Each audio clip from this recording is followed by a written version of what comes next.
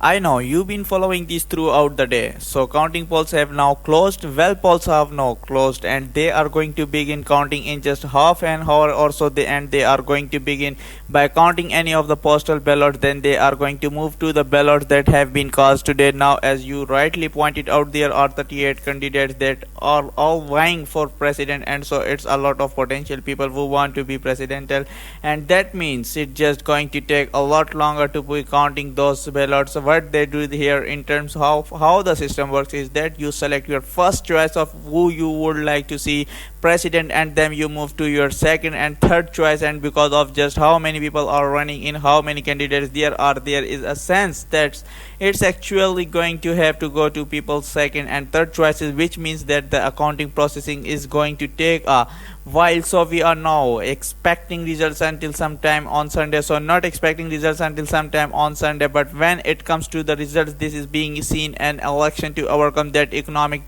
turbulence that Sri Lanka has seen recently. Absolutely 2 years ago there were mass protests, and those protests were eventually overthrew the government at the time, and it was an economic crisis that was sparked because largely of due to financial mismanagement by the government at the time. Fast forward to now, you have Sri Lanka that is under billions of dollars of foreign debt, and so that has really been passed on to everyday people. So taxes are much higher, and the price of goods, everything from food and medicines, has become a lot more expensive, and so really the selection in terms of issues is really all about the economy and which candidate people believe that can ease the financial burden on people right now. An election about the economy as always.